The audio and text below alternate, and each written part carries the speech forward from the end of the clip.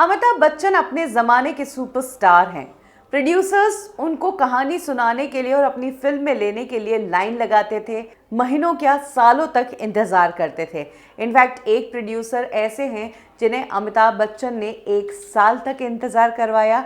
और जिस वक्त अमिताभ बच्चन ने इस डायरेक्टर, प्रोड्यूसर, एक्टर के साथ में कहानी सुनी, उस टाइम इस डायरेक्टर को बस एक ही बात का डर था कि अमिताभ बच्चन अपने बालों पर हाथ नहीं घुमाए। आखिर अमिताभ बच्चन कहानी सुनते वक्त बालों पर हाथ घुमाए तो इस बात से प्रोड्यूसर्स, डायरेक्टर्स क्यों डरते थे? चलिए आज के इस कब की और किस्से में अमिताभ बच्चन के इसी सीक्रेट हैबिट के बारे में हम आपको बताते हैं।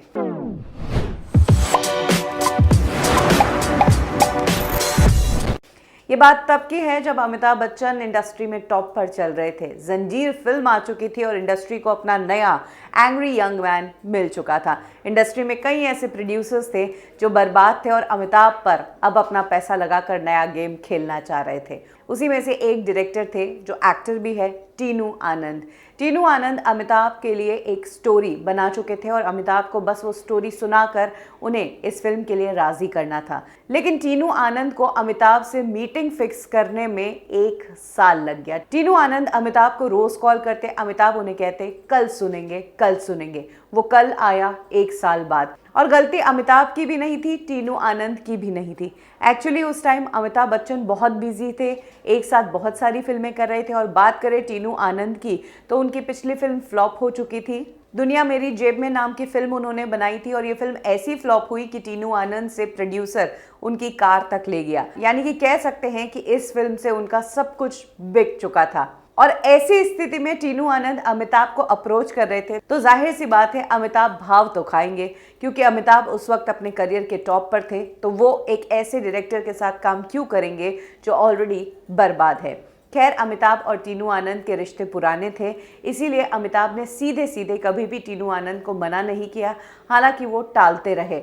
अमिताभ को लगा कि टीनू आनंद शायद उन्हें कॉल करना ही बंद कर देंगे, लेकिन टीनू आनंद इस इंडस्ट्री में लंबे समय से थे। उन्हें पता था कि सुपरस्टार्स की ईगो क्या होती है और वो कितना भाव खाते हैं। इसीलिए टीनू आनंद भी अपने काम पर लगे रहे। वो अमिताभ को अप्रोच करते ही रहे तब तक जब तक अमिताभ ने कहानी नहीं सुनी। टीनू आनंद चाहते थे कि अमिताभ उनकी कहानी सुन ले, फिर मना करे तो फिर वो अमिताभ को डिस्टर्ब नहीं करेंगे। लेकिन कहानी ही नहीं सुने, टाइम ही नहीं दे, वो बात बर्दाश्त नहीं। फाइनली एक वो टाइम आया जब टीनू आनंद का अमिताभ से मिलना हो गया।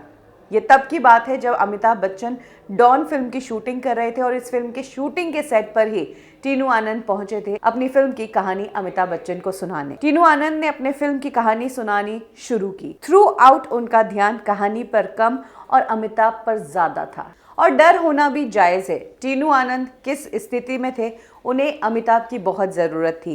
1 साल से अमिताभ को चेस कर रहे थे, फाइनली कहानी सुनाने का मौका मिला था।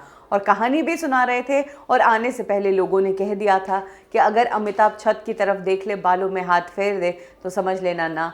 इसीलिए टीनू आनंद ने डरते डरते कहानी नरेट की। टीनू आनंद नहीं चाहते थे कि कहानी सुनते हुए अमिताभ बच्चन अपने बालों पर हाथ फेरे या बालों को स्पाइक करे, क्योंकि टीनू आनंद इंडस्ट्री से एक फीडबैक लेकर आए थे। उन्हें प्रोड्यूसर्स ने कहा था कि अगर तुम्हारी कहानी सुनते टाइम अमिताभ ने छत की तरफ देखा और अपने बालों में हाथ फेरा तो अमिताभ तुम्हारी फिल्म के लिए ना कर देगा। क्योंकि अक्सर जिस कहानी के नरेशन के दौरान अमिताभ छत की तरफ देखकर बालों में हाथ फेर देते हैं, मतलब वो फिल्म नहीं करते हैं, उस फिल्म के लिए वो एंड में मना ही करते हैं।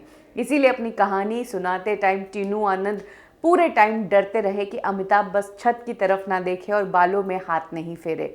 टीनू आनंद कहानी सुनाना शुरू करते हैं, कहानी में आगे बढ़ते हैं। अमिताभ को इंटरेस्ट रहता है, कहानी खत्म हो जाती है और तब तक भी अमिताभ ने छत की तरफ नहीं देखा, बालों में हाथ नहीं फेरा।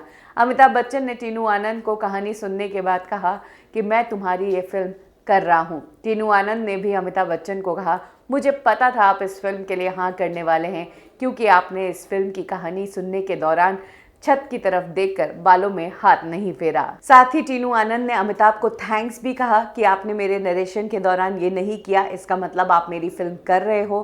फाइनली टीनू आनंद की वो फिल्म आगे चलकर अमिताभ बच्चन ने की और ये फिल्म इतनी सक्सेसफुल हुई कि जिस टीनू आनंद की एक कार बिकी थी पिछली फिल्म के कारण, इस फिल्म के बाद उन्होंने नई कार ली और एक नहीं 2 कारें ले ली। ये फिल्म थी कालिया, जो अमिताभ बच्चन के करियर की one of the biggest hit है।